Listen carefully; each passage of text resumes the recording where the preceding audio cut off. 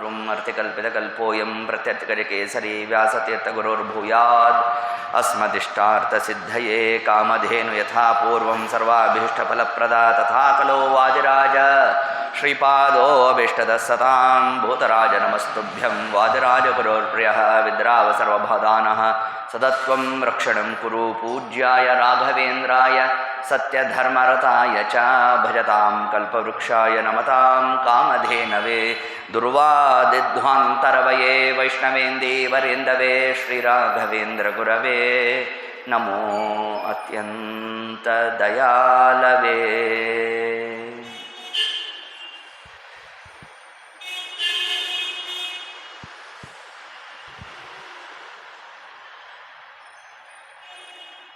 ಕಾಂತಾಯ ಕಲ್ಯಾಣಗುಣೈಕಧಾಮ್ನೇ ನವದ್ಯುನಾಥಪ್ರತಿಮಪ್ರಭಾಯ ನಾರಾಯಣಾಯ ಅಖಿಲಕಾರಣಾಯ ಶ್ರೀಪ್ರಾಣನಾಥಾಯ ನಮಸ್ಕರೋಮಿ.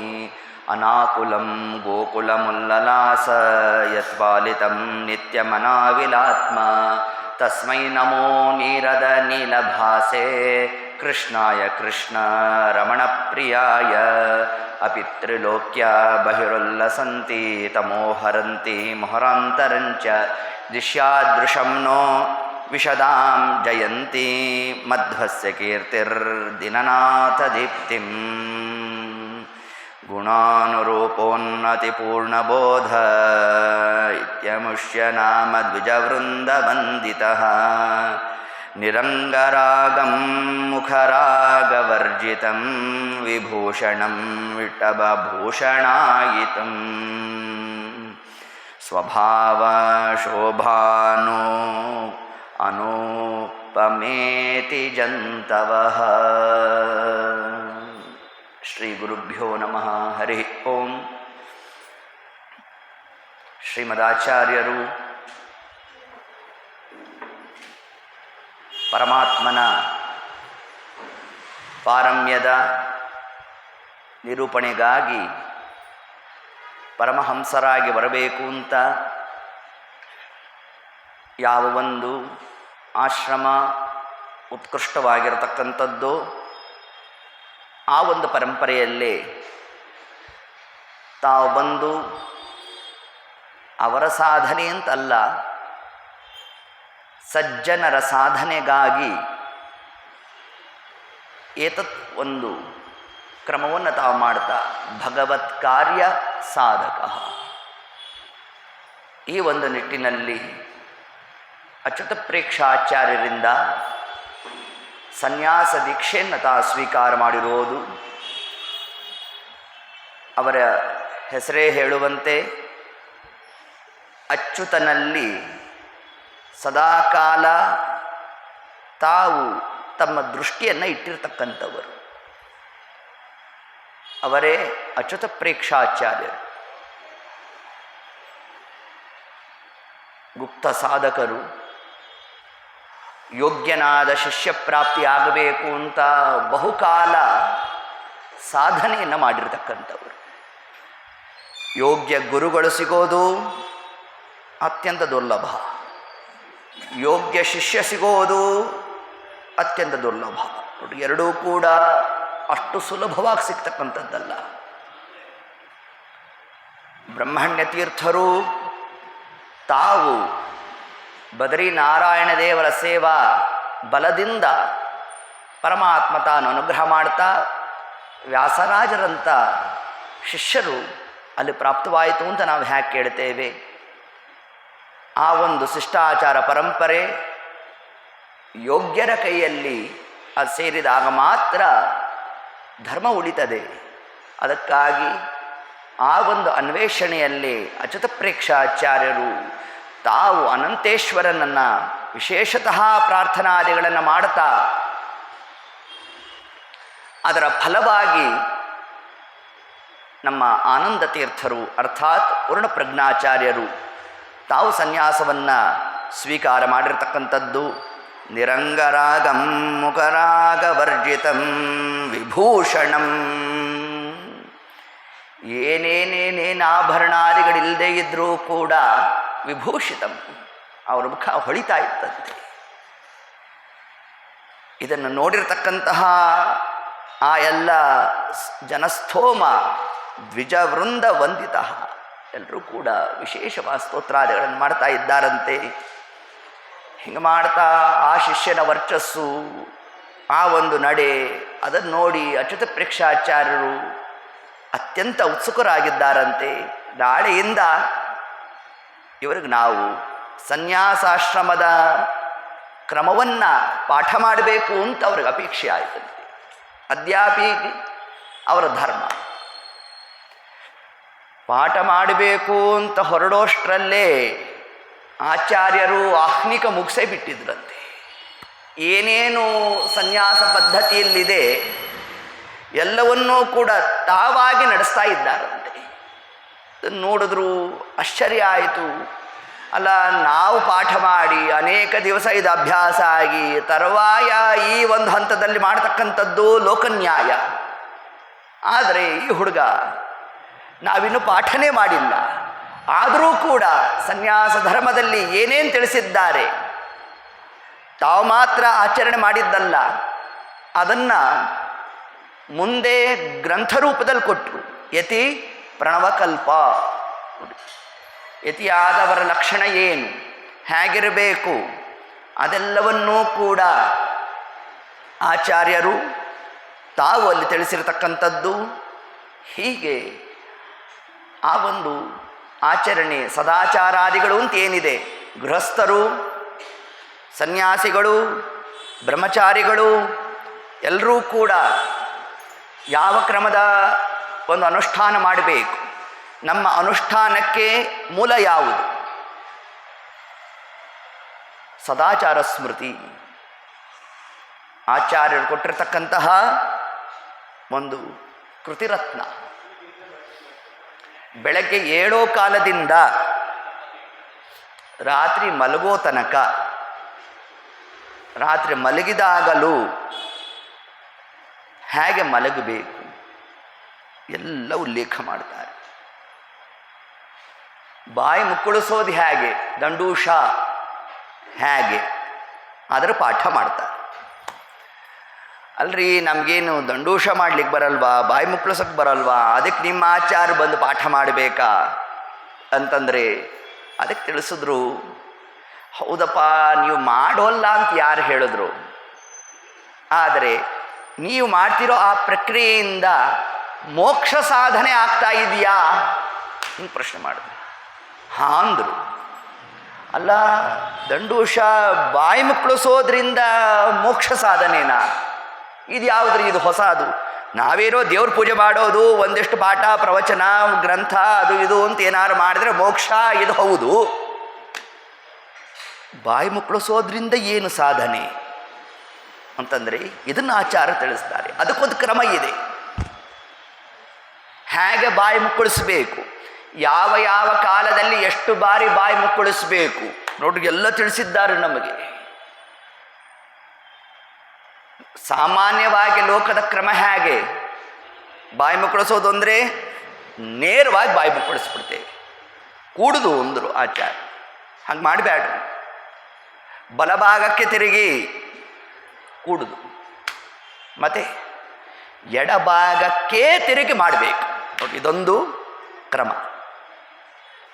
ಇದರಿಂದ ನಮ್ಮ ಮೋಕ್ಷ ಸಾಧನೆ ಹೇಗೆ, ಇಷ್ಟು ನಾವು ಮಾಡಿದ್ದು ಕರ್ಮ, ಒಂದು ಕ್ರಿಯೆ. ಈ ಒಂದು ಕ್ರಿಯೆ ಭಗವತ್ಪರವಾದ ಸಾಧನೆಯಲ್ಲಿ ಭರವಸೆಯಾಗೋದು ಹೇಗೆ ಅಂತಂದ್ರೆ ಅದಕ್ಕೆ ತಿಳಿಸ್ತಾರೆ. ಯಾಕೆ ಎದುರಿ ನಾವು ಮುಕ್ಕಳಿಸಬಾರದು, ದೇವತೆಗಳ ಸನ್ನಿಧಾನ. ನಮಗೆ ಅಭಿಮುಖವಾಗಿ ಯಾರಿರ್ತಾರೆ, ದೇವತೆಗಳಿರ್ತಾರೆ. ಬಲಭಾಗದಲ್ಲಿ ಯಾರಿರ್ತಾರೆ, ಋಷಿಮುನಿಗಳು ಪಿತೃದೇವತೆಗಳಿರ್ತಾರೆ. ಎಡಭಾಗದಲ್ಲಿ ಯಾರಿರ್ತಾರೆ, ದೈತ್ಯರು ಇರ್ತಾರೆ. ದೈತ್ಯರು ಅಂತ ಯಾರನ್ನು ಕರೆಯೋದು ಅಂತಂದರೆ ಯಾರು ಭಗವದ್ನಿಂದಕರೋ ಅವರು ದೈತ್ಯರು. ಅವರಿಗೆ ನಾನು ಉಗುಳ್ತಾ ಇದ್ದೇನೆ ಇಷ್ಟು ಅನುಸಂಧಾನ ಬರಬೇಕು. ಯಾರು ದೇವರನ್ನು ನಿಂದನೆ ಮಾಡ್ತಾರೋ ಅಂಥವರಿಗೆ ಉಗುಳ್ತಾ ಇದ್ದೇನೆ ಅಂತ ಅನುಸಂಧಾನ ಮಾಡಿದರೆ ಮೋಕ್ಷ ದ್ವಿದಳಾತ್ಮಕವಾದದ್ದು. 2 ದಳದ ಮೋಕ್ಷ, ಅನಿಷ್ಟ ನಿವೃತ್ತಿ, ಇಷ್ಟಪ್ರಾಪ್ತಿ. ಅನಿಷ್ಟ ನಿವೃತ್ತಿ ಅಂತಂದರೆ ನಮ್ಮ ದೋಷಗಳೆಲ್ಲ ಪರಿಹಾರ ಆಗಬೇಕು. ಇಷ್ಟಪ್ರಾಪ್ತಿ ಅಂತಂದರೆ ಸ್ವಸ್ವರೂಪಭೂತವಾದ ಆನಂದದ ಆವಿರ್ಭಾವ. ಇವೆರಡು ನಮಗೆ ಜನ್ಯ ಆಗಬೇಕಾದ್ರೆ ಮೊದಲಿಗೆ ಯಾವುದು ಹೋಗಬೇಕು? ಅನಿಷ್ಟ ನಿವೃತ್ತಿ ಆಗಬೇಕು. ಈ ಅನಿಷ್ಟ ನಿವೃತ್ತಿ ಆಗೋದು ಯಾವಾಗ? ಅನ್ಯಮತ ಖಂಡನ. ಅರ್ಥಾತ್ ಅಸುರರನ್ನು ನಾವು ಶಾಸ್ತ್ರ ಪ್ರಮಾಣಾದಿಗಳಿಂದ ಅವರ ಪೂರ್ವಪಕ್ಷವನ್ನು ನಾವು ನಿರಾಕರಣೆ ಮಾಡ್ತಕ್ಕಂಥದ್ದೇನಿದೆ, ಇದೇ ಅನಿಷ್ಟ ನಿವೃತ್ತಿ. ನಮ್ಮ ಸಿದ್ಧಾಂತವನ್ನು ಸ್ಥಾಪನೆ ಮಾಡೋದೇನಿದೆ, ಇದು ಇಷ್ಟಪ್ರಾಪ್ತಿ. ಎರಡು ಪ್ರಕಾರವಾಗಿ ಮೋಕ್ಷ ಸಾಧನೆ ನಾವು ದಂಡೂಷ. ಬಾಯಿ ಮಕ್ಕಳಿಸೋ ಕಾಲಕ್ಕೆ ಇಷ್ಟು ಸಾಧನೆ ಆಗಬೇಕು ಅಂದರು ಆಚಾರ್ಯ. ಮೂತ್ರ ವಿಸರ್ಜನೆ ಮಾಡಿದಾಗ 4 ಬಾರಿ, ಮಲ ವಿಸರ್ಜನೆ ಮಾಡಿದಾಗ 8 ಬಾರಿ, ಹೀಗೆ ಭೋಜನ ಮಾಡಿದಾಗ 12 ಬಾರಿ, ಏತತ್ಕ್ರಮಾದಿಗಳ ವೀರ್ಯ ವಿಸರ್ಜನೆ ಆದಾಗ 16 ಬಾರಿ. ಇಷ್ಟು ಕ್ರಮದಲ್ಲಿ ನಾವು ಬಾಯಿ ಮುಕ್ಕಳಿಸಬೇಕು ಅಂತ ಶಾಸ್ತ್ರ ತಿಳಿಸಿದೆ. ಇದಾದ ಮೇಲೆ ಆಚಮನ ಮಾಡಬೇಕು. ಆಚಮನ ಮಾಡಬೇಕಾದ್ರೆ ಏನು ಅನುಸಂಧಾನ? ಇಷ್ಟೆಲ್ಲ ಕ್ರಮವನ್ನು ಆಚಾರ ಸದಾಚಾರ ಸ್ಮೃತಿಯಲ್ಲಿ ತಾವು ತಿಳಿಸಿರ್ತಕ್ಕಂಥದ್ದೇನಿದೆ. ಹೀಗೆ ಸಮಗ್ರ ತಂತ್ರಸಾರದಲ್ಲಿ ಸ್ವಯಂ ಪರಮಾತ್ಮ ತಾನೇನೋ ಉಲ್ಲೇಖ ಮಾಡಿದ್ದಾನೆ. ಅದರ ಸಾರವೇ ತಂತ್ರಸಾರ ಸಂಗ್ರಹ. ಅದರ ಒಂದು ಸಾರವನ್ನೇ ನಮಗೆ ಸದಾಚಾರ ಸ್ಮೃತಿ. ಸದಾಚಾರ ಸ್ಮೃತಿಯಲ್ಲಿ ಸಮಗ್ರ ಎಲ್ಲ ವರ್ಣಾಶ್ರಮದವರೆಯ ಸಾಧನಾ ಕ್ರಮ ಹೇಗೆ ಅದನ್ನು ತಿಳಿಸಿದ್ದಾರೆ. 10 ವಿಧವಾದ ನಗ್ನತೆಯನ್ನು ಹೇಳ್ತಾರೆ ಆಚಾರ್ಯರು. ನಗ್ನರು ಅಂದರೆ ನಿರ್ವಸ್ತ್ರರು ಅಂತ ಅಷ್ಟರ್ಥ ಅಲ್ಲ. ಮತ್ತೆ ಯಾವ್ಯಾವ ವರ್ಣಾಶ್ರಮದವರು ಯಾವ ಯಾವ ವಿಧವಾದ ವಸ್ತ್ರವನ್ನು ಧಾರಣೆ ಮಾಡಬೇಕು ನೋಡಿ, ಅದನ್ನು ಉಲ್ಲೇಖ ಮಾಡ್ತಾರೆ ಆಚಾರ್ಯ. ಇದು ಮಧ್ವವಿಜಯ. ಕೇವಲ ಆಚಾರ್ಯರು ತಾವು ಆಚರಣೆ ಮಾಡಿದ್ರು, ತಾವು ಯತ್ಯಾಶ್ರಮದ್ದು ತಾವಾಗಿ ಎಲ್ಲ ಅನುಷ್ಠಾನಾದಿಗಳನ್ನು ನಡೆಸಿದ್ದಾರೆ, ಇದಿಷ್ಟಕ್ಕೆ ನಿಲ್ತು, ಅದರಿಂದ ಅವ್ರನ್ನ ಯಾಕ್ರಿ ಗುರುಗಳು ಅನ್ಬೇಕು? ಅವ್ರ ಸಾಧನೆ ಅವರು ಮಾಡ್ಕೊಂಡ್ರಪ್ಪ. ಈಗ ಒಬ್ಬನ ಹತ್ರ ₹1,00,00,000 ಇದೆ ಅಂದ ಮಾತ್ರಕ್ಕೆ ನನಗೇನು ಪ್ರಯೋಜನ? ಹೌದೋ ಇದು? ಹಂಗಾಗಬಾರದು.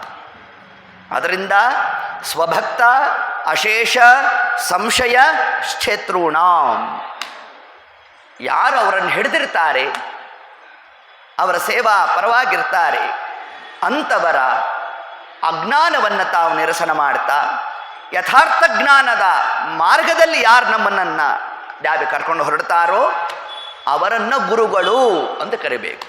ಅಸಂಶಯಾನಾಂ ನೋಡಿ, ಮೊದಲನೇ ಲಕ್ಷಣ. ಗುರುಗಳು ಅಂತ ಹೇಳಬೇಕಾದರೆ ಮೊದಲಿಗೆ ಅವರಲ್ಲಿ ಸಂಶಯ ಇರಬಾರದು. ಇನ್ನು ಅವರ ಹತ್ರ ಯಾರು ಸಂಶಯ ತಗೊಂಡು ಹೋಗಿರ್ತಾರೆ ಅವರ ಸಂಶಯವನ್ನು ನಿರಸನ ಮಾಡಬೇಕು.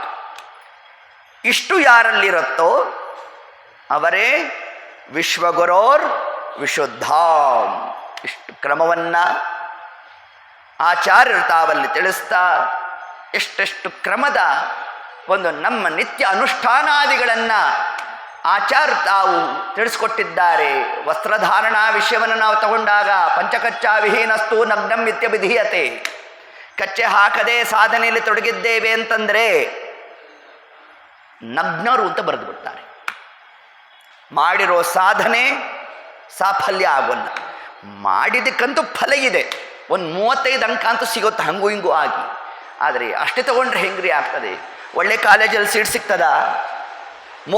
ಒಳ್ಳೆ ಕಾಲೇಜಲ್ಲೇ ಸಿಗೋಲ್ಲ ಅಂದರೆ ಇನ್ನು ಮೋಕ್ಷದ ಸ್ಥಾನ ಸಿಗತ್ತ ನಮಗೆ? ಆದ್ದರಿಂದ ಮಾಡ್ತಕ್ಕಂಥದ್ದೇ ಸತ್ಯ ಅಂತಂದರೆ ಒಂದು ಕ್ರಮಬದ್ಧವಾಗಿ ಮಾಡಬೇಕು. ಆ ಒಂದು ಕ್ರಮದಲ್ಲಿ ಆಚಾರ್ಯರು ತಿಳಿಸಿರ್ತಕ್ಕಂತಹ ವಸ್ತ್ರಧಾರಣಾ ವಿಧಿಯೇ. ಅದರಲ್ಲಿ ಮಲಿನ ವಸ್ತ್ರಂ, ಕೊಳಕಾದ ಬಟ್ಟೆಯನ್ನು ಉಟ್ಕೊಂಡು, ಈಗ ಯದ್ಯಪಿ ಸಿದ್ಧಂ ಲೋಕವಿರುದ್ಧಂ, ತುಂಬ ಮಡಿ ಮಾಡ್ತೇವೆ ಅಂತ ಯಾವಾಗ ಮಡಪಂಚೆ ಕೊಳೆಯಾಗಿರಬೇಕು. ಮಡಪಂಚೆ ಕೊಳೆಯಾಗಿದ್ರೆ ಇವನು ಭಾರಿ ಮಡಿ ಮಾಡೋನು ಅಂತ.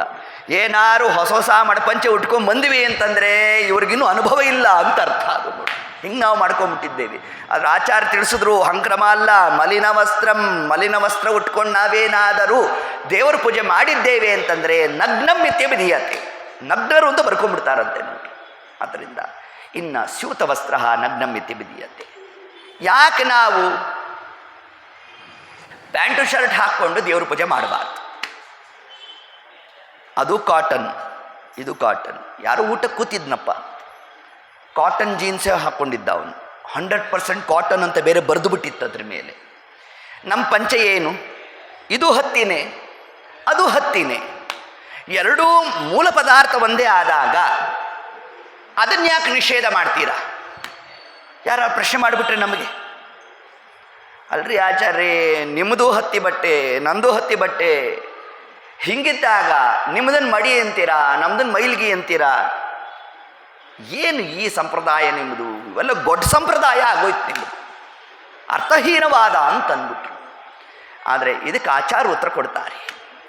ಯಾಕದು ಮಡಿಗೆ ಬರೋಲ್ಲ ಅಂತಂದರೆ, ವಸ್ತ್ರಕ್ಕೆ ಸೂಜಿ ದಾರವನ್ನು ಹಾಕಿದ್ವಿ ಅಂತಂದರೆ ಲಕ್ಷ್ಮೀನಾರಾಯಣರ ಸನ್ನಿಧಾನ ಅಲ್ಲಿಂದ ಹೊರಟು ಬರುತ್ತೆ. ಆದ್ದರಿಂದ ಹೊಲಿದ ವಸ್ತ್ರವನ್ನು ಧಾರಣೆ ಮಾಡಿ ದೇವಪೂಜಾದಿ ಕಾರ್ಯದಲ್ಲಿ ತೊಡಗಬಾರದು. ಅದೇನಾಯಿತು? ಎಲ್ಲಿ ದೇವರ ವಿಶೇಷವಾದ ಸನ್ನಿಧಾನ ಸಡಿಲ ಆಯಿತೋ ಆಗ ಬಟ್ಟೆ ಮೈಲಿಗೆ ಆಯಿತು. ಮೈಲಿಗೆ ಬಟ್ಟೆಯಿಂದ ದೇವರ ಪೂಜೆ ಮಾಡಲಿಕ್ಕೆ ಅವಕಾಶ ಇಲ್ಲ. ನೋಡಿ, ಇಷ್ಟು ಕ್ರಮವನ್ನು ನಮಗೆ ಶಾಸ್ತ್ರಕಾರ ಏನು ತಿಳಿಸಿದ್ದಾರೆ. ಇದಕ್ಕೊಂದು ಪೂರ್ವಪಕ್ಷವಾಗಿ ಹೆಣ್ಮಕ್ಕಳು ಕ್ರಮ ಹೇಗೆ? ಪ್ರತಿನಿತ್ಯ ದೇವರ ನೈವೇದ್ಯಕ್ಕೆ ಅವರೇ ಅಡುಗೆ ಮಾಡೋದು, ಅದನ್ನೇ ನಾವು ದೇವರ ನೈವೇದ್ಯಕ್ಕೆ ಇಡೋದು. ಹಂಗಿದ್ದಾಗ ಅವರು ಹೊಲದ ವಸ್ತ್ರವನ್ನೇ ಹಾಕೋಬೇಕು, ಆಗ ಮಾತ್ರ ಮೈಲಿಗೆ ಆಗಲಿಲ್ವಾ? ನೋಡ್ರಿ, ಇದೊಂದು ಪ್ರಶ್ನೆ ಬಂತು. ಅದಕ್ಕೆ ತಿಳಿಸಿದ್ರು, ಅದನ್ನು ಹಾಕ್ಕೊಳ್ಳಿಕ್ಕೆ ಶಾಸ್ತ್ರ ಅವಕಾಶ ಕೊಟ್ಟಿದೆ. ಬೇಕಾದಕ್ಕೆ ಅವಕಾಶ ಕೊಡ್ತದೆ, ಬೇಡದೇ ಇರೋಕ್ಕೆ ಅದ್ಯಾವ ಅವಕಾಶ ಕೊಡೋಲ್ಲ ಅಂತಲ್ಲ, ಹಂಗಲ್ಲ. ಇದಕ್ಕೆ ಹೆಂಗೆ ಅರ್ಥ ಮಾಡಬೇಕು ಅಂತಂದು ಶಾಸ್ತ್ರಕಾರ ತಿಳಿಸಿದ್ದು ಸಾಕ್ಷಾತ್ ಭಗವಾನ್ ವ್ಯಾಸರ ಮಾತದು. ಹೆಣ್ಮಕ್ಕಳು ತಾವು ಆ ಕುಬಸವನ್ನು ತೊಡಬೇಕಾದರೆ ವಸ್ತ್ರ ಅಂತ ಅದನ್ನು ಧಾರಣೆ ಮಾಡಬಾರದು, ಆಭರಣ ಅಂತ ಧಾರಣೆ ಮಾಡಬೇಕು. ಅದಕ್ಕಾಗಿ ವಿಜಯದಾಸರು ಲಕ್ಷ್ಮೀದೇವಿಯ ವರ್ಣನೆಯನ್ನು ಮಾಡಬೇಕಾದರೆ ಯಾವುದನ್ನು ತಾವು ಅಲ್ಲಿ ಚಿಂತನೆ ಮಾಡಿದ್ದಾರೆ? ತೊಟ್ಟ ಕುಬುಸ ಬಿಗಿ ದೊಟ್ಟ ಪಿತಾಂಬರ ಗಟ್ಟಿ ವಡ್ಯಾಣ ಕಲೊಂದು ಗೆರುಳ್ಳಿ ಗೆಜ್ಜೆ ಬೆಟಿಲಿ ಪೊಣೆವುದು ವೇಟಿಕ ಕಿರುಪಿಲ್ಲೆ ಇಟ್ಟು ಶೋಭಿಸುವಂತ ಅಷ್ಟ ಸಂಪನ್ನಳೇ ಶ್ರೀ ಮಹಾಲಕ್ಷ್ಮೀ ದೇವಿಯೇ ಕೋಮಾಲಾಂಗಿನಿಯೇ ಸಾಮಾಗಾಯನ ಪ್ರಿಯಳೇ. ತೊಟ್ಟ ಕುಬುಸ ಬಿಗಿದುಟ್ಟ ಪಿತಾಂಬರ, ಇದರ ತಾತ್ಪರ್ಯ ಅದೊಂದು ಆಭರಣ. ನೋಡಿ, ಹಿಂಗೆ ಧಾರಣೆ ಮಾಡಬೇಕೇ ಹೊರತಾಗಿ ವಸ್ತ್ರವತ್ತು ನಾವೇನಾರು ಅದನ್ನು ತಗೊಂಡ್ವಿ ಅಂತಂದರೆ ಮೈಲಿಗೆ. ಶ್ರೀಮದ್ ಆಚಾರ್ಯರ ಸಿದ್ಧಾಂತ ನಿಂತಿರೋದೇ ಅನುಸಂಧಾನದ ಮೇಲೆ. ನೋಡಿ, ಇಷ್ಟು ಅರ್ಥ ಮಾಡ್ಕೋಬೇಕು ನಾವು. ಹೀಗೆ ಏತತ್ಕ್ರಮದಿಂದ ಆಚಾರ್ಯರು ಮತ್ತು ವಸ್ತ್ರಧಾರಣೆ ಮಾಡಬೇಕಾದರೆ ಭಗವದ್ರೂಪದ ಆ ಒಂದು ಸ್ಮರಣೆ, ಅದೇ ಉಪೇಂದ್ರಾಯ ನಮಃ, ಇಷ್ಟು ಚಿಂತನೆ ಮಾಡಿರಬೇಕು. ಇಷ್ಟೆಲ್ಲ ಆಚಾರ್ಯರು ತಾವು ಗ್ರಂಥರೂಪೇಣ ತಿಳಿಸ್ತಾ ಇನ್ನು ಸ್ವಯಂ ತಾವು ಆಚರಣೆಯನ್ನು ಮಾಡಿದ್ರು. ಒಬ್ಬರು ಬರೀ ಹೇಳ್ತಾರೆ, ಗ್ರಂಥದಲ್ಲಿ ಕೊಡ್ಲಿಕ್ಕೆ ಬರೋಲ್ಲ. ಇನ್ನು ಕೆಲವೊಬ್ಬರು ಗ್ರಂಥರೂಪದಲ್ಲಿ ಕೊಟ್ಬಿಡೋಣ, ಅವರು ಆಚರಣೆ ಮಾಡದೇ ಇರೋಣ, ಎರಡು ಪ್ರಯೋಜನಕ್ಕೆ ಬರೋಲ್ಲ. ತಾವು ಮಾಡಿರಬೇಕು, ಅದನ್ನು ತಾವು ಹೇಳಿರಬೇಕು. ಇಷ್ಟು ಕ್ರಮವನ್ನೇ ಆಚಾರ್ಯರು ತಾವಲ್ಲಿ ನಡೆಸಿರ್ತಕ್ಕಂಥದ್ದು. ಇದಾದ ಮೇಲೆ ಅಥೇಷ್ಟ ಸಿದ್ಧೇ ಫಲಜಾದಿ ವಾರಿಧಿ, ಇಷ್ಟಸಿದ್ಧಿ ಅನ್ನೋ ಗ್ರಂಥವನ್ನೇ ಮುಂದೆ ಅಚ್ಯುತ ಪ್ರೇಕ್ಷಾಚಾರ್ಯರು ತಾವು ಪಾಠ ಮಾಡ್ತೇವೆ ಅಂತ ಅನುಷ್ಠಪ್ ಛಂದಸ್ 32 ಅಕ್ಷರಗಳಿಂದ ಕೂಡಿರತಕ್ಕಂಥದ್ದು. ಅದನ್ನು ತಾವು ಪಾಠವನ್ನು ಮಾಡಿದಾಗ ಶ್ರೀಮದ್ ಆಚಾರ್ಯ ಅಂದರು, ಪೂರ್ಣಪ್ರಜ್ಞಾಚಾರ್ಯರು, ಇದರಲ್ಲಿ 32 ದೋಷ ಇದೆ ಅಂತ. ಇಲ್ಲಿ ಮಂಗಳ ಶ್ಲೋಕ ಇನ್ನೂ ಆಗ ತಾನೇ ಹೇಳಿದ್ರು ಅಷ್ಟೇ. ಅದನ್ನು ಹೇಳೋ ಕಾಲಕ್ಕೆ ಆಚಾರ್ಯಂದರು 32 ದೋಷ ತೋರಿಸ್ತೇವೆ ಇದರಲ್ಲಿ ಅಂತ. ಆ ಒಂದೊಂದು ದೋಷವನ್ನು ಹೇಳ್ತಾ ಇದ್ರೆ ಅಚ್ಯುತ ಪ್ರೇಕ್ಷಾಚಾರ್ಯಂದರು, ಮುಂದೆ ಇದಕ್ಕೆಲ್ಲ ಸಮಾಧಾನ ಇದೆ, ಈಗ ಕೇಳ್ರಿ ಅಂತಂದರು. ನಾ ಹಂಗೆ ಕೇಳೋಲ್ಲ ಅಂತಂದ್ರು. ಯಾವಾಗ ಸಂಶಯ ಬಂದಿರತ್ತೋ ಅಲ್ಲೇ ಪರಿಹಾರ ಆಗಬೇಕು. ಮುಂದೆ ಹೇಳ್ತೀವಿ ಅಂತ ಅನ್ನೋದು, ವಿಷಯ ತಲೆಯಿಂದ ಹಾರೋಗೋದು. ಮಧ್ವರಾರಿಗೇನು ಹಾರೋಲ್ಲ, ನಮ್ಮ ಕಥೆ ಹೇಳ್ತಾರೆ.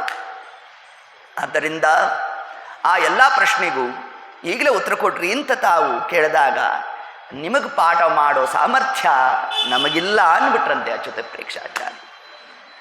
ಮೊದಲನೇ ದಿವಸಕ್ಕೆ ಮಂಗಳ ಶ್ಲೋಕಕ್ಕೆ ಮಂಗಳ ಆಗೇ ಹೋಯಿತು. ಇನ್ನು ಮಾರನೇ ದಿವಸ ಏನು ಕಥಾ?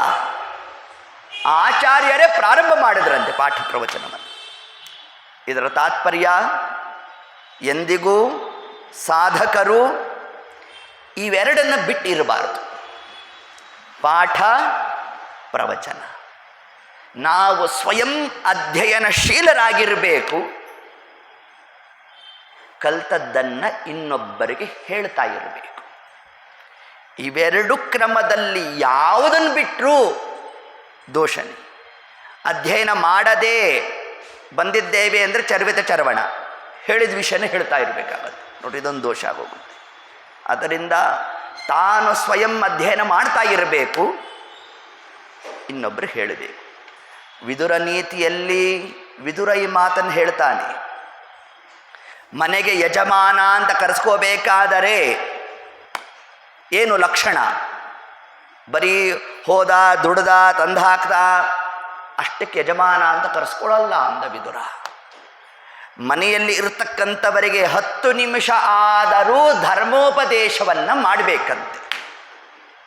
10 ನಿಮಿಷ ಉಪದೇಶ ಮಾಡಬೇಕಾದರೆ 1 ತಾಸು ಕೃಷಿ ಮಾಡಿರಬೇಕು. ಹೌದಾ? ನಾವು ಏನೋ ಭಾರಿ ವಿಷಯ ಹೇಳಬೇಕು ಅಂತ ಬಂದಿರ್ತೀವಿ. ಇವತ್ತು 1 ತಾಸು ಅದೇ ವಿಷಯ ಅಂದ್ಕೊಂಡು 10 ನಿಮಿಷಕ್ಕೆ ಬಿದ್ದು ಹೋಗುತ್ತೆ ವಿಷಯ. ಇವತ್ತು ಇದೇನು 5 ನಿಮಿಷ ವಿಷಯ ಅಂತ ಅಂದ್ಕೊಂಡಿರ್ತೇವೆ. ನಮ್ಮ ದೇವರಂದ ಇದೇ ವಿಷಯ 1 ತಾಸು ಮಾಡಿಸ್ಬಿಡ್ತೇನೆ ಅಂತಂದ. ನೋಡ್ರಿ, ಹಿಂಗೆಲ್ಲ ಆಗೋಗ್ತಾ ಇರುತ್ತೆ ಕಥಾ. ಆದ್ದರಿಂದ 10 ನಿಮಿಷ ನಾವು ಒಂದು ವಿಷಯ ಹೇಳಬೇಕು ಅಂತಂದರೆ 1 ತಾಸು ಪರಿಶ್ರಮ ಹಾಕಿರಬೇಕು. ಸುಮ್ಮನೆ ಹೇಳಿದ್ದು 1 ತಾಸಲ್ಲ, ಬಹಳಷ್ಟು ಶ್ರಮ ಇರಬೇಕು. ಒಬ್ಬ ಟೀಚರ್ನ ಕೇಳಿ 30 ವರ್ಷ ಪಾಠ ಮಾಡಿರ್ತಾನೆ, ಇನ್ನೇನು ಕ್ಲಾಸ್ಗೆ ಹೋಗ್ಬೇಕಾದ್ರೆ ಒಂದ್ಸತಿ ನೋಡ್ಕೊತಾನೆ. ಅಲ್ರಿ, ಇಷ್ಟು ವರ್ಷದಿಂದ ಅದೇ ಥರ ಮಾಡಿರೋದು, ಹಂಗಲ್ಲಪ್ಪ, ಹುಡುಗರು ಏನಾದ್ರು ಪ್ರಶ್ನೆ ಕೇಳಿಬಿಟ್ರೆ ನಾವು ಉತ್ತರ ಕೊಡೋಕ್ಕಾಗಲ್ಲ ಅನ್ನೋಂತಕ್ಕಾಗಬಾರ್ದು ಅನ್ನೋ ಒಂದು ಧಾಟಿಯಲ್ಲಿ ಹೇಗೆ ಅಧ್ಯಯನಶೀಲರಾಗಿರಬೇಕು ಅಂತ ನಮಗೆ ಶಾಸ್ತ್ರಾದಿಗಳು ತಿಳಿಸಿದ್ಯೋ ಅದರಂತೆ ಶ್ರೀಮದ್ ಆಚಾರ್ಯರು ತಾವು ಪಾಠವನ್ನು ಹೇಳಲಿಕ್ಕೆ ಪ್ರಾರಂಭ ಮಾಡಿಬಿಟ್ರು. ಯಾವುದು ವಿಷಯ? ಯಾವ ಗ್ರಂಥದಲ್ಲಿ ದೋಷವನ್ನು ಹೆಕ್ಕಿದ್ರೋ ಅದೇ ಗ್ರಂಥವನ್ನೇ ಪ್ರಾರಂಭ ಮಾಡಿಬಿಟ್ರು. ಇಷ್ಟಸಿದ್ಧಿ ಸಮಗ್ರವಾಗಿ ಅಭೇದವಾದ, ಭೇದ ಇಲ್ಲ ಅಂತ ಹೇಳ್ತಕ್ಕಂತಹ ಏತದ್ ಗ್ರಂಥವನ್ನು ಹಿಡಿದು ತಾವು ಪಾಠವನ್ನು ಮಾಡಿದ್ರು. ಅಲ್ರಿ, ದೋಷ ಹೇಳಿದ್ರು, ಪುನಃ ಅದೇ ಗ್ರಂಥವನ್ನೇ ಹಿಡಿದ್ರು, ಅದನ್ನೇ ಪಾಠ ಮಾಡಿದ್ರು. ಆ ಪಾಠ ಮಾಡಿದ್ದು ಎಲ್ಲಿ ತನಕ ಹೋಯಿತು ಅಂತಂದರೆ, ಯಾರ್ಯಾರು ಏತದ್ ಗ್ರಂಥವನ್ನು ತಾವು ವಿಶೇಷವಾಗಿ ಅಧ್ಯಯನಾದಿಗಳನ್ನು ಮಾಡಿದ್ರೋ ಅವರಿಗೆ ಎಲ್ಲೆಲ್ಲಿ ಸಂಶಯಗಳು ಬಂದಿತ್ತೋ ಆ ಸಂಶಯಗಳ ಪರಿಹಾರಕ್ಕೋಸ್ಕರ ಆಚಾರ್ಯರ ಪಾಠಕ್ಕೆ ಬರೋರಂತೆ. ನೋಡಿ, ಇಷ್ಟ ಆಗ್ತಾ ಇದ್ದರೆ ದೇವತೆಗಳೆಲ್ಲ ನೋಡಿದ್ರು, ಅಲ್ಲ ಏನಿದು ಕಥಾ, ವಾಯುದೇವರು ಹೋಗಿದ್ದೇನು, ಅವ್ರು ಹೋಗಿದ್ಯಾಕೆ, ಮಾಡ್ತಿರೋದೇನು, ಇದೇ ಪಾಠ ಹೇಳಲಿಕ್ಕೆ ಆಚಾರ ತಾವು ಬಂದದ್ದು ಅಂತೆಲ್ಲ ಹೀಗೆಲ್ಲ ಎಲ್ಲ ಜಿಜ್ಞಾಸವಾಗಿ ಕೂಡಿತ್ತು. ಅಷ್ಟೆಲ್ಲ ಇರಲಿ, ಆದರೆ ಆಚಾರ್ಯರು ಆ ಇಷ್ಟಸಿದ್ಧಿ ಅನ್ನೋ ಒಂದು ಗ್ರಂಥವನ್ನು ಹಿಡಿದು ಅದರಲ್ಲಿ ತಾವು 32 ಮಂಗಳ ಶ್ಲೋಕದಲ್ಲೇ 32 ದೋಷ 32 ಅಕ್ಷರಗಳಲ್ಲಿ ತಾವು ಅದನ್ನು ತೋರಿಸ್ತಾ ಅದೇ ಗ್ರಂಥವನ್ನೇ ಯಾಕೆ ಪಾಠ ಮಾಡಿದ್ರು ಅಂತಂದರೆ, ಇದರಿಂದ ಜಗತ್ತಿಗೆ ಆಚಾರ್ಯರು ಮತ್ತೊಂದು ಪಾಠವನ್ನು ತಿಳಿಸಿದರು. ನಾವು ಒಂದು ವಿಷಯವನ್ನು ಖಂಡನೆ ಮಾಡಬೇಕಾದರೆ ಆ ವಿಷಯದ ಬಗ್ಗೆ ಚೆನ್ನಾಗಿ ತಿಳ್ಕೊಂಡಿರಬೇಕು. ಒಬ್ಬ ವ್ಯಕ್ತಿಯನ್ನು ಬೈತಾ ಇದ್ದೇನೆ ಅಂತಂದರೆ ಆ ವ್ಯಕ್ತಿಯನ್ನು ಚೆನ್ನಾಗಿ ತಿಳ್ಕೊಂಡಿದ್ರೆ ಅವನನ್ನು ಬೈಬೋದು. ಈಗ ದಾರಿಲಿ ಯಾರೋ ಬಂದ, ಏನಂತ ಬೈಬೇಕು ಅವನನ್ನು? ಅವನ ಬಗ್ಗೆನೇ ಗೊತ್ತಿಲ್ಲ ಅಂತಂದರೆ ಸುಮ್ಮನೆ ಏನಾರು ಬೈದರೆ ಅದಕ್ಕೇನಾರು ಅರ್ಥ ಇರುತ್ತಾ? ಅದರಂತೆ ಈಗ ಆಚಾರ್ಯರು ಮುಂದೆ ತಾವು ನಮ್ಮ ಸ್ವಸಿದ್ಧಾಂತವನ್ನು ವ್ಯಾಸರಿಗೆ ಸಹಮತವಾಗಿರ್ತಕ್ಕಂತಹ ಸಿದ್ಧಾಂತದ ಪ್ರತಿಪಾದನೆಯನ್ನು ಮಾಡಬೇಕು ಅಂತ ತಾವೇನು ಹೊರಟಿದ್ದಾರೆ, ಮೊದಲಿಗೆ ಅದರ ಪ್ರತಿಪಾದನೆ ಆಗ್ಬಿಟ್ಟಿದ್ದಿದ್ರೆ ಅದರಲ್ಲಿ ಏನು ವಿಷಯ ಇದೆ? ಅನ್ಯಮತ ಖಂಡನ ಇದೆ. ಈಗ ಅನ್ಯಮತವನ್ನು ಖಂಡನೆ ಮಾಡ್ತಾ ಇದ್ದಾರೆ ಆಚಾರ್ಯರು ಅಂತ ನಾವು ಆ ಗ್ರಂಥದಲ್ಲಿ ನೋಡಿದಾಗ ಇವರಿಗೆ ನಮ್ಮ ಮತವನ್ನು ಖಂಡನೆ ಮಾಡ್ತಾ ಇದ್ದಾರೆ. ನಮ್ಮ ಮತದ ಪರಿಚಯ ಏನ್ರಿ ಇದೆ ಇವರಿಗೆ? ಏನೋ ಸುಮ್ಮನೆ ಹೇಳ್ತಾ ಇದ್ದಾರೆ ಅಂತ ಆಗಬಾರದು. ಆದ್ದರಿಂದ ಯಾವ ವಿಷಯವನ್ನು ನಾವು ಖಂಡನೆ ಮಾಡಲಿಕ್ಕೆ ಹೋಗ್ತಾ ಇದ್ದೇವೆ, ಮೊದಲಿಗೆ ಆ ವಿಷಯವನ್ನು ತಾವು ಮಂಡನೆ ಮಾಡಿದ್ರು. ಇದರಿಂದಾಗಿ ತಿಳಿಸಿದ್ದೇನು ಅಂತಂದರೆ, ನಾವು ಅನ್ಯ ಮತಗಳನ್ನು ಚೆನ್ನಾಗಿ ವಿಮರ್ಶೆ ಮಾಡಿದ್ದೇವೆ ಅಂತ ತಿಳಿಸಿದ್ರು. ಏಕವಿಂಶತಿ ಕುಭಾಷ್ಯವ, ಏನು ಆ 21 ಭಾಷ್ಯಗಳು ಅಂತ ಹೊರಟಿದೆ, ಅದರಲ್ಲಿರ್ತಕ್ಕಂತಹ ಎಲ್ಲ ಅಂಶವನ್ನು ಆಚಾರ್ಯರು ತಾವು ಹೇಳ್ತಾ ತರುವಾಯ ಅದರಲ್ಲಿರ್ತಕ್ಕಂತಹ ದೋಷವನ್ನು ಪ್ರತಿಪಾದನೆ ಮಾಡಿದ್ರು. ಇದು ಆಚಾರ್ಯರು ತಾವು ತಿಳಿಸಿರ್ತಕ್ಕಂತಹ ಒಂದು ಅಧ್ಯಯನದ ಕ್ರಮ. ಒಂದು ಮತವನ್ನು ನಾವು ಖಂಡನೆ ಮಾಡಬೇಕಾದ್ರೆ ಸುಮ್ಮನೆ ಹಾಗೆ ಖಂಡನೆ ಮಾಡೋದಲ್ಲ, ಅವರನ್ನು ವಸತಸ್ತು ದ್ವೇಷ ಮಾಡ್ತಾ ಇದ್ದೇವೆ ಅಂತಲೂ ಅರ್ಥ ಅಲ್ಲ. ಪ್ರಮಾಣ ಪುರಸ್ಸರವಾಗಿ ವಿಷಯ ಮಂಡನೆ ಆಗಬೇಕು, ಇಷ್ಟೇ ಅದರ ತಾತ್ಪರ್ಯ. ಈ ಒಂದು ಕ್ರಮವನ್ನೇ ಆಚಾರ್ಯರು ತಾವಲ್ಲೇನು ವಿಶೇಷತಃ ಕಾರ್ಯವನ್ನು ಮಾಡ್ತಾ ಮುಂದೆ ವಾಸುದೇವ ಪಂಡಿತ ಅಂತ ಒಬ್ಬ ಆಚಾರ್ಯ ಸನ್ಯಾಸ ಸ್ವೀಕಾರ ಮಾಡಿದ 40ನೇ ದಿವಸಕ್ಕೆ ತಾನು ಬಂದ. ಅವನನ್ನು ಆಚಾರ್ಯ ತಾವು ವಿಶೇಷವಾಗಿ ಖಂಡನಾದಿಗಳನ್ನು ನಡೆಸಿರ್ತಕ್ಕಂಥದ್ದು. ಮುಂದೆ ತಾವು ಗಂಗಾ ಸ್ನಾನಕ್ಕೆ ಅಂತ ಹೊರಟರಂತೆ. ಹೊರಟಾಗ ನಮ್ಮ ಅಚ್ಯುತ ಪ್ರೇಕ್ಷಾಚಾರ್ಯಂದರು, ನಿಮ್ಮನ್ನು ಬಿಟ್ಟು ಹೆಂಗಿರೋದಪ್ಪ, ನಿಮ್ಮನ್ನು ಬಿಟ್ಟಿರ್ಲಿಕ್ಕೆ ಆಗೋಲ್ಲ ಅಂದ್ರಂತೆ. ಆದರೆ ಆಚಾರ್ಯಂದರು, ಗಂಗಾ ಸ್ನಾನ ಅವಶ್ಯ ಮಾಡಬೇಕು ನಾವು, ಅದೊಂದು ಅಪೇಕ್ಷಾ ಅಂತ ಆಚಾರ್ಯ ಹೇಳ್ತಾ ಇರೋಣ. ಏತತ್ ಕಾಲಕ್ಕೆ ಅಚ್ಯುತ ಪ್ರೇಕ್ಷಾಚಾರ್ಯರು ಅನಂತೇಶ್ವರನನ್ನು ಪ್ರಾರ್ಥನೆ ಮಾಡಿದ್ರಂತೆ, ಸ್ವಾಮಿ ಒಳ್ಳೆ ಯೋಗ್ಯ ಶಿಷ್ಯನನ್ನೇನೋ ಅನುಗ್ರಹ ಮಾಡಿಬಿಟ್ರಿ, ಅವ್ರು ನೋಡಿದ್ರೆ ಈಗ ಗಂಗಾ ಸ್ನಾನಕ್ಕೆ ಎಂದು ಹೊರಟಿದ್ದಾರೆ, ನಾವು ಹೆಂಗಿರೋದು ಅಂತ ತಾವು ಪ್ರಾರ್ಥನೆ ಮಾಡಿದಾಗ ಆಗ ಪರಮಾತ್ಮ ಸ್ವಯಂ ತಾನು ಸೂಚನೆ ಕೊಟ್ಟ. ಆಚಾರ್ಯರು ಗಂಗಾ ಸ್ನಾನಕ್ಕೆ ಅಂತ ತಾವಾಗಿ ಬರೋದು ಬೇಡ, ಗಂಗೆನೇ ಆಚಾರ್ಯರು ಇರೋ ಸ್ಥಳಕ್ಕೆ ಬರ್ತಾಳೆ ಅಂತ ತಿಳಿಸ್ಕೊಟ್ಟು. ಇನ್ನಿವತ್ತಿನಿಂದ 3ನೇ ದಿವಸಕ್ಕೆ ಗಂಗಾವತರಣ ಅಂತ ತಿಳಿಸೋದು. ಏನಿದರ ತಾತ್ಪರ್ಯ? ಗಂಗಾ ಸಮಸ್ತವಾದ ಸನ್ನಿಧಾನ ಬರಬೇಕು ಅಂತಂದರೆ ಹೆಂಗೆ ಬರುತ್ತದು? ಇದಕ್ಕೆ ಪುರಂದರದಾಸರು ಒಂದು ಕಡೆ ತಾವು ಹೇಳಿದ್ದಾರೆ, ಎಲ್ಲಿ ಹರಿಕಥಾ ಪ್ರಸಂಗವೋ ಅಲ್ಲಿ ಗಂಗಾ, ಯಮುನಾ, ಸಿಂಧು, ಸರಸ್ವತಿ ಎಲ್ಲ ನದಿಗಳು ಎಣೆಯಾಗಿ ನಿಲ್ಲುವವು, ತಾವಾಗಿ ಬರ್ತಾರಂತೆ. ಹಾಗೆ ಬ್ರಹ್ಮಣ ತೀರ್ಥರು ತಾವು ಕ್ಷಿಪ್ರ ಪೂಜೆಯನ್ನು ಮಾಡ್ತಾ ಇದ್ರಂತೆ. ಹಾಸ್ಯಾಸ್ಪದಕ್ಕೆ ಈಡಾಗಿತ್ತಂತೆ. ಬ್ರಹ್ಮಣ್ಯ ತೀರ್ಥರು ಭಾರಿ ಕ್ಷಿಪ್ರ ಪೂಜೆ ಮಾಡ್ತಾರ್ರಿ, ಅರ್ಧ ಗಂಟೆಯಲ್ಲಿ ದೇವ್ರ ಪೂಜೆ ಮುಗಿದೋಗುತ್ತಂತೆ. ಹಿಂಗಿದ್ದಾಗ ಒಂದು ದಿವಸ ಇದಕ್ಕೆ ಪಾಠ ಮಾಡೋಣ ಅಂತ ಬಲಶಿಷ್ಯನಿಗೆ ಹೇಳಿದ್ರಂತೆ, ಇಡೀ ವಯಸ್ಸಾಗೋಗಿದೆ, ಆ ಕಲಶ ಎತ್ಕೊಡಪ್ಪ ಅಂದ್ರಂತೆ. ಬಲಶಿಷ್ಯ ಏನು ಮಾಡಿದ್ರು ಕಲಶವನ್ನು ಎತ್ತಲಿಕ್ಕಾಗಲೇ ಇಲ್ಲ.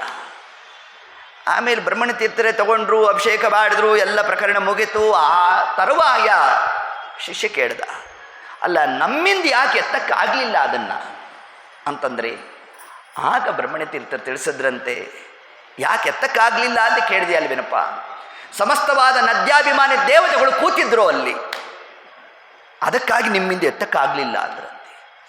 ಅಲ್ಲ ಅವರೆಲ್ಲ ಬಂದಿದ್ರಾ ಅಂತಂದಂತೆ. ಅದಕ್ಕೆ ತಿಳಿಸಿದ್ರಿಂದ ಬ್ರಹ್ಮಣ್ಯ ತೀರ್ಥರು, ನಾವು ಕಲಶ ಸ್ಥಾಪನೆ ಮಾಡೋಲ್ಲ, ಆವಾಹನೆ ಇಲ್ಲ, ವಿಸರ್ಜನೆ ಇಲ್ಲ, ಅದಕ್ಕಾಗಿ ನಮ್ಮ ಪೂಜೆ ಕ್ಷಿಪ್ರ ಅಂತಂದ್ಬಿಟ್ರಂತೆ. ಕಲಶದಲ್ಲಿ ನಾವು ನೀವಾದರೆ ಏನು ಕ್ರಮ? ಗಂಗೆ ಚೈಮುನಿ ಚೈವ ಗೋದಾವರಿ ಸರಸ್ವತಿ ನರ್ಮದೆ ಸಿಂಧು ಕಾವೇರಿ ಜಲೆ ಅಸ್ಮಿನ್ ಸನ್ನಿಧಿಂ ಕುರು ಅಂತ ನಾವು ಪ್ರಾರ್ಥನೆ ಮಾಡಬೇಕು. ಅರೆ ಬ್ರಹ್ಮಣ್ಯ ತೀರ್ಥರು ಕಲಶಸ್ಥಾಪನೆ ಮಾಡೋ ಕಾಲಕ್ಕೆ ನಜ್ಜಾಭಿಮಾನಿ ದೇವತೆಗಳು ತಾವಾಗಿ ಬಂದು ಕೂತ್ಬಿಟ್ಟಿರೋರಂತೆ. ಇನ್ನು ದೇವರನ್ನು ಕರಿಬೇಕು ಅಂತಂದರೆ ಸ್ವಯಂ ಪರಮಾತ್ಮ ತಾನಾಗಿ ಬಂದು ನಿಂತಿರೋರಂತೆ. ಅದಕ್ಕೆ ಆವಾಹನೆ ಇಲ್ಲ, ವಿಸರ್ಜನೆ ಇಲ್ಲ. ತನ್ನಿಮಿತ್ತ ನಮ್ಮ ಪೂಜೆ ಕ್ಷಿಪ್ರ ಅಂತ ಏನು ಬ್ರಹ್ಮಣ್ಯ ತೀರ್ಥ ತಾವು ತಿಳಿಸಿದ್ರು, ಅದರಂತೆ ಶ್ರೀಪಾದರಾಜರು ತಾವೆಲ್ಲ ಬದ್ರಿ ಕ್ಷೇತ್ರಾದಿ ಎಲ್ಲ ಆ ಒಂದು ಕ್ರಮದಲ್ಲಿ ಎಲ್ಲ ಮುಗಿಸ್ಕೊಂಡು ಬಂದು ಮುಳುಬಾಗಿಲ ಕ್ಷೇತ್ರದಲ್ಲಿ ಅದರ ಒಂದು ಸಮಾರಾಧನೆ ಅಂತ ಎಲ್ಲ ಬ್ರಾಹ್ಮಣ ಭೋಜನಕ್ಕೆಲ್ಲ ವ್ಯವಸ್ಥೆ ಮಾಡಿಸಿದ್ದಾರಂತೆ. ಸ್ವಾಮಿ ಕ್ಷೇತ್ರ ಮಹಿಮಾ ಶ್ರವಣ ಮಾಡಿಸ್ರಿ, ನಮಗಂತೂ ಹೋಗೋ ಯೋಗ್ಯತಾ ಇಲ್ಲ ಅಂತ ಅನೇಕ ಜನ ವೃದ್ಧ ಬ್ರಾಹ್ಮಣರು ಎಲ್ಲ ತಾವು ಸ್ತೋತ್ರವನ್ನು ಮಾಡ್ತಾ ಕಣ್ಣಲ್ಲಿ ನೀರು ಹಾಕಿದ್ರಂತೆ. ಆಗ ಶ್ರೀಪಾದರಾಜರಂದ್ರಂತೆ ಅಷ್ಟು ಅಪೇಕ್ಷನ ಗಂಗಾ ಸ್ನಾನ ಮಾಡಬೇಕು ಅಂತ. ನಾಳೆ ಬೆಳಗ್ಗೆ ನರಸಿಂಹ ತೀರ್ಥದ ಈಶಾನ್ಯ ಭಾಗದಲ್ಲಿ ಗಂಗಾದೇವಿಯ ಸನ್ನಿಧಾನ ಬರುತ್ತೆ ಅಂತಂದ್ಬಿಟ್ಟು ಅದರಂತೆ ಮಾರನೇ ದಿವಸ ಬೆಳಗಿನ ಜಾವ ಶ್ರೀಪಾದರಾಜರು ತಾವು ಆಹ್ನಿಕಾದಿಗಳನ್ನು ಮುಗಿಸ್ತಾ ತಮ್ಮ ಉಪಾಸ್ಯ ಮೂರ್ತಿಯಾದ ರಂಗವಿಠಲ ದೇವರನ್ನ ಸ್ತೋತ್ರ ಮಾಡ್ತಾ ಇದ್ರೆ ಈಶಾನ್ಯ ಭಾಗದಿಂದ ಧವಳ ಗಂಗಾ, ಏನು ಧವಳ ಅಂದರೆ ಶ್ವೇತವರ್ಣದ ಗಂಗಾ ತಾನಲ್ಲಿ ಉಗಮ ಆಗಿರ್ತಕ್ಕಂಥದ್ದು. ಹೀಗೆ ಆಚಾರ್ಯರ ಶಿಷ್ಯ ಪರಂಪರೆಯಲ್ಲೇ ಇಷ್ಟೆಲ್ಲ ಮಹಿಮಾ ನಾವು ಕೇಳ್ತಾ ಇದ್ದೇವೆ ಅಂತಂದರೆ ಇನ್ನು ಸ್ವಯಂ ಆಚಾರ್ಯರು ತಾವಿರೋ ಸ್ಥಳಕ್ಕೆ ಗಂಗಾದೇವಿ ಬಂದಿದ್ಲು ಅಂತ ನಾವೇನ್ರಿ ಅದನ್ನು ದೊಡ್ಡದಾಗಿ ಹೇಳೋದು ಅಂತಾರೆ ಶಾಸ್ತ್ರಕಾರ. ಏತತ್ಕ್ರಮದಿಂದ ಆ ಗಂಗಾದೇವಿ ತಾನು ಆಚಾರ್ಯರು ಸ್ನಾನ ಮಾಡಿ ಕೃತಾರ್ಥರಾಗೋದು ಅಂತ ಅರ್ಥ ಅಲ್ಲ, ಗಂಗಾದೇವಿಗೆ ವಿಶಿಷ್ಟವಾದಂತಹ ಮಾನ್ಯತೆ ಪ್ರಾಪ್ತಿಯಾಗಲಿ ಅಂತ ಆಚಾರ ಮಾಡಿದ್ರಂತೆ ನೋಡಿ. ಇಷ್ಟು ಅಂಶವನ್ನು ತಿಳಿಸ್ತಾರೆ ನಮಗೆ. ಸ್ವಯಂ ಗಂಗಾದಿ ಸಕಲ ತೀರ್ಥಾಭಿಮಾನಿ ದೇವತೆಗಳು ಸೋತ್ತಮರು ಜ್ಞಾನಿಗಳ ಮನೆ ಬಾಗಿಲಲ್ಲಿ ನಿಂತು ಸೇವೆ ನಡೆಸ್ತಾರಂತೆ. ಪುರಂದರದಾಸರ ಮನೆ ಬಾಗಿಲಲ್ಲಿ ದಿನ ಬೆಳಗಿನ ಜಾವ ಏನು ಸರಸ್ವತಿ ಬಾಯಿ ನಮ್ಮಂತೆ 7 ಗಂಟೆಗೆ ಹೇಳೋದು, 7:15 ಹೇಳೋದು, ಆಮೇಲೆ ಬಾಗಿಲು ನೀರು ಹಾಕೋದು, ಆಮೇಲೆ ರಂಗವಲ್ಲಿ ಹಾಕೋದು, ಹಿಂಕ್ರಮಣ ಹಾಗೇನಲ್ಲ. 4 ಗಂಟೆ ಸಮಯಕ್ಕೆ ಏತತ್ ಕಾರ್ಯ ನಡೆದು ಹೋಗೋದು. ಆದರೆ ಒಂದು ದಿವಸ ಬಾಗಿಲು ತೆಗೆದು ನೋಡಿದ್ರೆ ಅಷ್ಟೊತ್ತು ಗಾಲಿ ರಂಗವಲ್ಲಿ ಹಾಕಿ ಬಿಟ್ಟಿದ್ರು. ಎಲ್ಲ ಗುಡಿಸಿ ಸಾರಿಸಿ ರಂಗವಲ್ಲಿ ಎಲ್ಲ ಹಾಕಿ ಬಿಟ್ಟಿದ್ರು. ಘಮ ಘಮ ಘಮ ಘಮ ಘಮ ಅಂತ ಪರಿಮಳ ಬೇರೆ ಬರ್ತಾ ಇರೋಣ. 1 ದಿವಸ ಆಯಿತು, 2 ದಿವಸ ಆಯಿತು, 1 ಪಕ್ಷ ಆಯಿತು, 1 ಮಾಸ ಆಗೋಯ್ತು. ಏನು ಕ್ರಮ? ದಾಸರನ್ನು ಕೇಳಿದ್ರು, ಪುರಂದರದಾಸರನ್ನ. ಗೊತ್ತಾದರೆ ಮಹತ್ವ ಹೋಗ್ತದೆ ಎಂದರು ಪುರಂದರದಾಸರು. ಇಲ್ಲ ಸ್ವಾಮಿ, ಕುತೂಹಲ, ನೀವು ಹೇಳ್ರಿ ಅಂತಂದು. ದಿನ ಎಷ್ಟೊತ್ತಿಗೆ ಹೇಳ್ತಿ ಅಂತಂದು. 4 ಗಂಟೆಗೆ ಎದ್ದಿರ್ತೇನೆ ಅಂದರು. ನಾಳೆ ಅರ್ಧ ಗಂಟೆ ಮುಂಚೆ ಹೇಳುವಂದರು. 3:15 ಗಂಟೆಗೆ ಬಾಗಿಲನ್ನು ತೆಗೆದ್ರೆ ಅನೇಕ ಜನ ಸ್ತ್ರೀಯರು ರಂಗವಲ್ಲಿಯನ್ನು ಹಾಕ್ತಾ ಇದ್ದಾರಂತೆ. ಸರಸ್ವತಿ ಬಾಯಿ ಕೇಳಿದ್ಲು, ಅಮ್ಮ ನೀವೆಲ್ಲ ಯಾರು ಅಂತಂದು.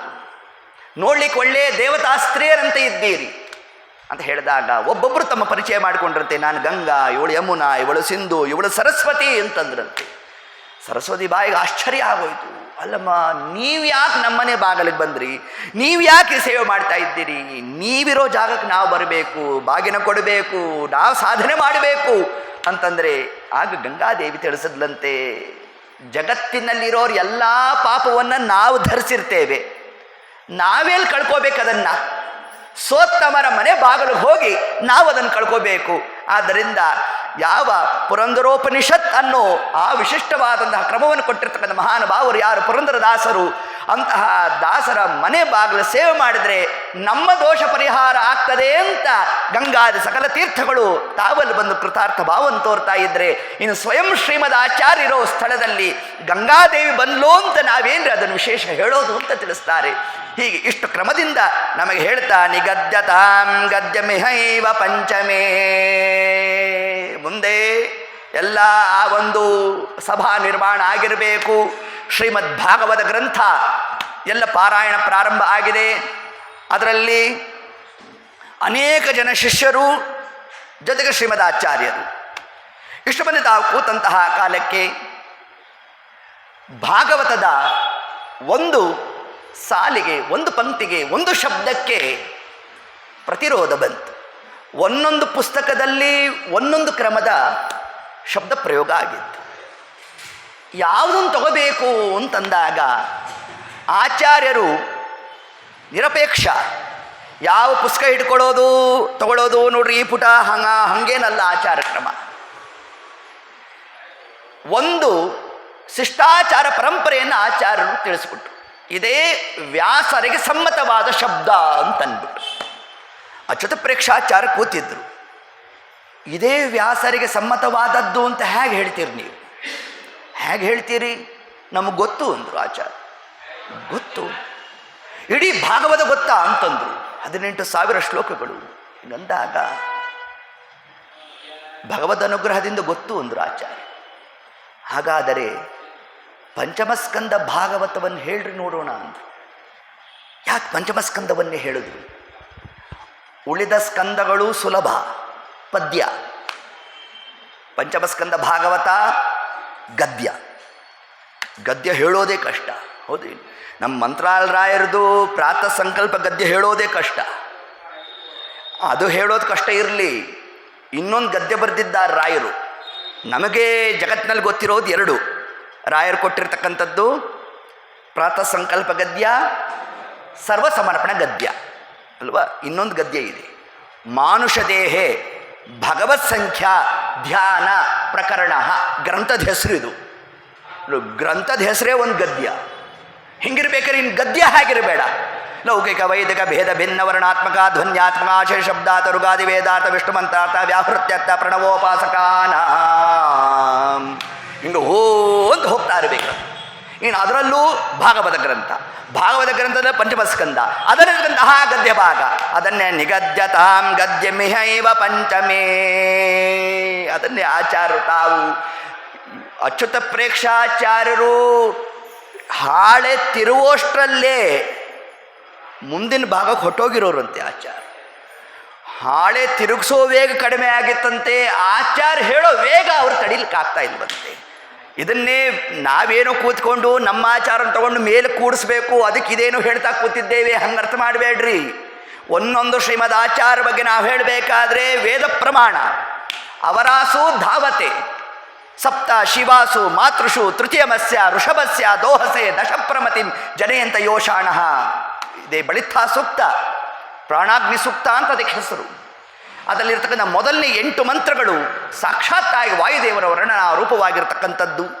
ಅಂತಹ ಇದರಲ್ಲಿ ನಮಗೆ ಹೇಳ್ತಾ ಅವರಾಸು ಧಾವತೆ ಶ್ರೀಮದ್ ಆಚಾರ್ಯ ಮುಖ್ಯ ಪ್ರಾಣದೇವರು ಪರಮಾತ್ಮನ ವಿಷಯಕವಾಗಿ ತಾವು ಎಷ್ಟು ವೇಗವಾಗಿ ಹೋಗ್ತಾ ಇದ್ರು ಅಂತಂದರೆ, ಎಲ್ಲಿಂದ ಅವ್ರಿಗೆ ಸರ್ಟಿಫಿಕೇಟ್ ಸಿಕ್ಕಿರೋದು? ಯಾವುದ್ಯಾವುದೋ ಯೂನಿವರ್ಸಿಟಿ ಅಲ್ಲ, IIT. ಲೋಕದಲ್ಲಿ ಕ್ರಮ ಏನು? IITಯಿಂದ ಬಂದಿದ್ದಾನೆ ಅಂದರೆ ಒಳ್ಳೆ ಬುದ್ಧಿವಂತ ಅಂತ ಅರ್ಥ ತಾನೆ. ಅದರಂತೆ ಶ್ರೀಮದ್ ಆಚಾರ್ಯಗೆ ಸರ್ಟಿಫಿಕೇಟ್ ಎಲ್ಲಿಂದ ಸಿಕ್ಕಿದ್ದು? ಪರಮಾತ್ಮನಿಂದ ಸಿಕ್ತಂತೆ ನೋಡ್ರಿ.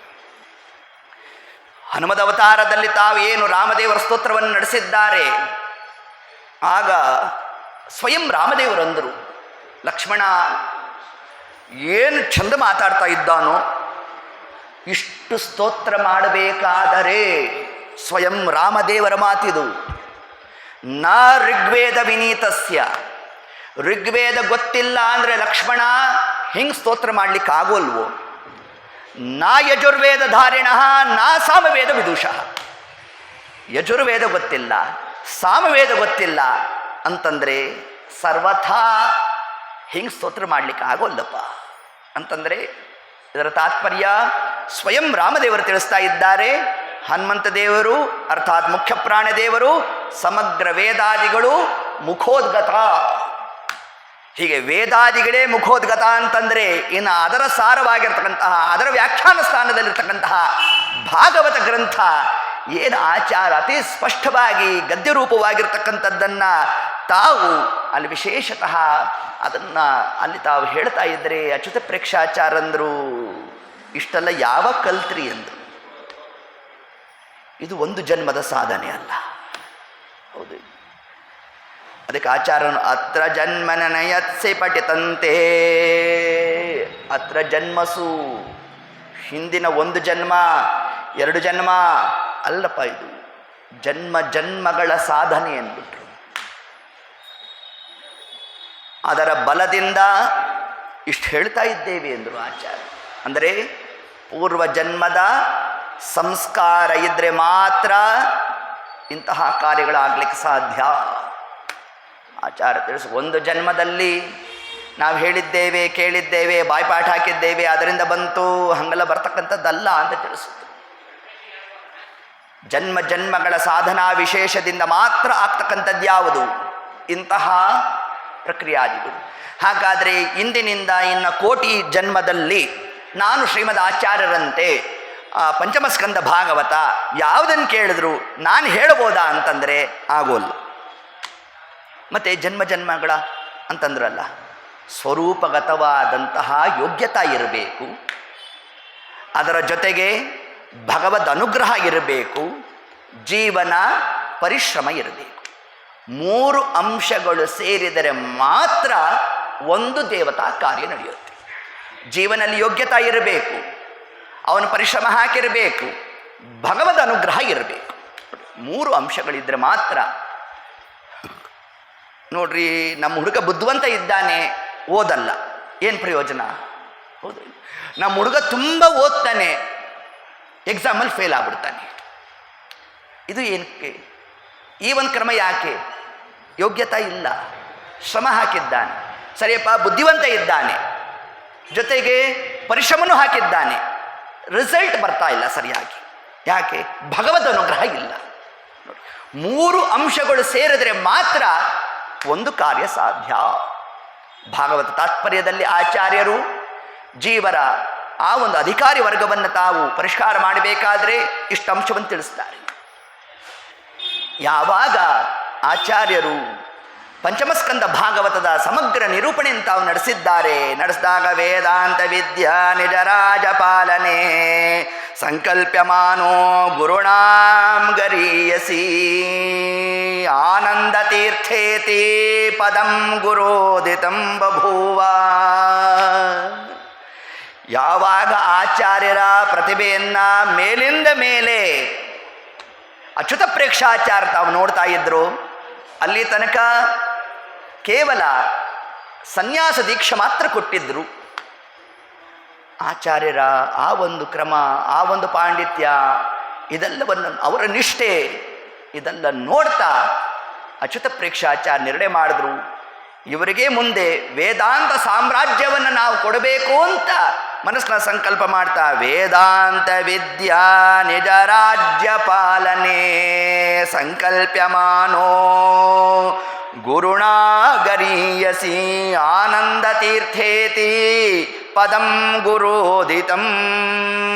ಆನಂದ ತೀರ್ಥರು ಅನ್ನೋ ಅಭಿಧಾನವನ್ನು ನಮ್ಮ ಪೂರ್ಣಪ್ರಜ್ಞಾಚಾರ್ಯರಿಗೆ ಏತದ್ ದಿವಸ ಅವರ ಶಿರಸ್ಸಿನ ಮೇಲೆ ಶಾಲಗ್ರಾಮಾದಿಗಳನ್ನು ಇಡುತ್ತಾ ಅದರಿಂದ ಅಭಿಷೇಕವನ್ನು ಮಾಡಿ ಅದು ಅವರ ತಲೆ ಮೇಲೆ ಬಿದ್ದಿರಬೇಕು. ಆ ಒಂದು ವೇದಾಂತ ಸಾಮ್ರಾಜ್ಯದಲ್ಲಿ ಅವರ ಪಟ್ಟಾಭಿಷಕ್ತರಾಗಬೇಕು. ಆನಂದ ತೀರ್ಥರು ಅನ್ನೋ ಒಂದು ಅಭಿಧಾನವನ್ನು ಅವರು ಕೊಡೋಣ. ಇಷ್ಟು ಕ್ರಮ ನಡೆದು ಇಲ್ಲಿಗೆ ಎಷ್ಟು ನಾಮಗಳು ಬಂತು ಆಚಾರ್ಯರಿಗೆ? ಜನ್ಮತಃ ವಾಸುದೇವಾಚಾರ್ಯರು, ಸನ್ಯಾಸ ಸ್ವೀಕಾರ ಮಾಡಿದಾಗ ಪೂರ್ಣಪ್ರಜ್ಞಾಚಾರ್ಯರು, ವೇದಾಂತ ಸಾಮ್ರಾಜ್ಯಕ್ಕೆ ಅಧಿಪತಿಗಳಾದಾಗ ಆನಂದ ತೀರ್ಥರು, ಮುಂದೆ ಅವರ ವಾದದ ಶೈಲಿಯನ್ನು ನೋಡಿದಾಗ ಅನುಮಾನ ತೀರ್ಥರು. ಈ ಅನುಮಾನ ತೀರ್ಥರು ಅಂದರೆ ಕನ್ನಡದ ಅನುಮಾನ ತಗೋಬೇಡಿ, ಮತ್ತೆ ಡೌಟ್ ತೀರ್ಥರು ಆಗ್ಬಿಡ್ತಾರೆ ಆಮೇಲೆ. ಹಾಗಲ್ಲ, ಅನುಮಾನ ಮಾನ ಅಂದರೆ ಏನು? ಪ್ರಮಾಣಗಳನ್ನು ಕೊಟ್ಟು ಆಚಾರ್ಯರು ವಿಷಯ ಮಂಡನೆ ಮಾಡ್ತಾ ಇತ್ತು. ಎಲ್ಲೂ ಕೂಡ ಆಚಾರ್ಯರು ನಮ್ಮ ಅಭಿಪ್ರಾಯ ಅಂತ ತಿಳಿಸೇ ಇಲ್ವತ್ತೆ ನೋಡಿ. ಇಷ್ಟು ಕ್ರಮ ಆಚಾರ್ಯರು ತಾವು ಏನು ಆ ವಾದ ಮಂಡನೆ ಮಾಡೋದೇ ಆಗಲಿ, ಗ್ರಂಥ ರಚನಾ ಕಾಲದಲ್ಲಾಗಲಿ, ಇವತ್ತಿಗೂ ನೀವು ಬೇಕಾದ ಸ್ವರಮೂಲ ಗ್ರಂಥಗಳನ್ನು ತೆಗೀರಿ. ಒಂದು ಶ್ಲೋಕವನ್ನು ತಾವು ತಿಳಿಸಿದ್ದಾರೆ ಅಂತಂದರೆ ಇತಿ ಸ್ಕಾಂದೆ ಇತಿ ಗಾರುಡೆ ನೋಡಿ. ಹಿಂಗೆ ಈ ಮಾತು ನಾವು ಹೇಳ್ತಿರೋದಲ್ಲಪ್ಪ, ಭಗವಾನ್ ವ್ಯಾಸರ ಅಭಿಪ್ರಾಯ ಇದು. ಸ್ಕಾಂದ ಪುರಾಣದಲ್ಲಿ ಹೇಳಿದ್ದಾರೆ. ಅದ್ಯಾಪಿ ಸ್ಕಾಂದ ಪುರಾಣ ತಾಮಸ ಪುರಾಣದಲ್ಲಿ ಸೇರಿದೆ. ಆದರೂ ಕೂಡ ಆಚಾರ್ಯ ವಿಷಯ ತಗೊಂಡ್ರು. ಏನಿರದ ಅದ್ಯಾಪಿ ತಾತ್ಪರ್ಯ? ಯಾವ ಪುರಾಣ ಆದರೂ ಕೂಡ ಅಲ್ಲಿ ಹರಿಸರ್ವೋತ್ತಮತ್ವಕ್ಕೆ ಅದು ಪೂರಕವಾಗಿದೆ ಅಂತಂದರೆ ಆ ಶಬ್ದವನ್ನು ನಾವು ಗ್ರಹಣ ಮಾಡಬೇಕು ನೋಡಿ. ಇಷ್ಟು ಸಿದ್ಧಾಂತ ತಿಳಿಸ್ಕೊಟ್ರು ನಮಗೆ. ಇದನ್ನೇ ನಖಸ್ತುತಿಯಲ್ಲಿ ಆಚಾರ್ಯ ತಾವು ಹೇಳ್ತಾ ಲಕ್ಷ್ಮೀ ಕಾಂತ ಸಮಂತ ತೋಪಿ ಕಲೆಯನ್ನು ನೈವ ಈಶಿತು ಸಮಂ ತಿಳಿಸ್ಕೊಟ್ರು. ಸಮಂತತ ವಿಕಲೆಯನ್ನು ನಾವು ನೋಡಿದ್ದೇವೆ ಅಂದ್ರೆ ಆಚಾರ್ಯ ನಮ್ಮನ್ನು ನೋಡಿ ಅಂತ ಹೇಳಲೇ ಇಲ್ಲ. ನಾವು ನೋಡಿ ಅಂದರೆ ನೋಡೋದೇ ಇಲ್ಲ ನಾವು. ಹೌದು, ಇದು ನಮಗೆ ಬುಕ್ ನೋಡೋ ಅಭ್ಯಾಸನೇ ಹೊಟ್ಟೋಗಿದೆ. ಫೇಸ್ಬುಕ್ ನೋಡೋದೇ ಅಭ್ಯಾಸ ಆಗೋಗಿದೆ. ಹೌದು ಇಲ್ಲ? ಅದಕ್ಕೆ ಆಚಾರ್ಯಂದರು ವಿಕಲೆ ನಾವು ನೋಡಿದ್ದೇವೆ ಅಂತಂದರು.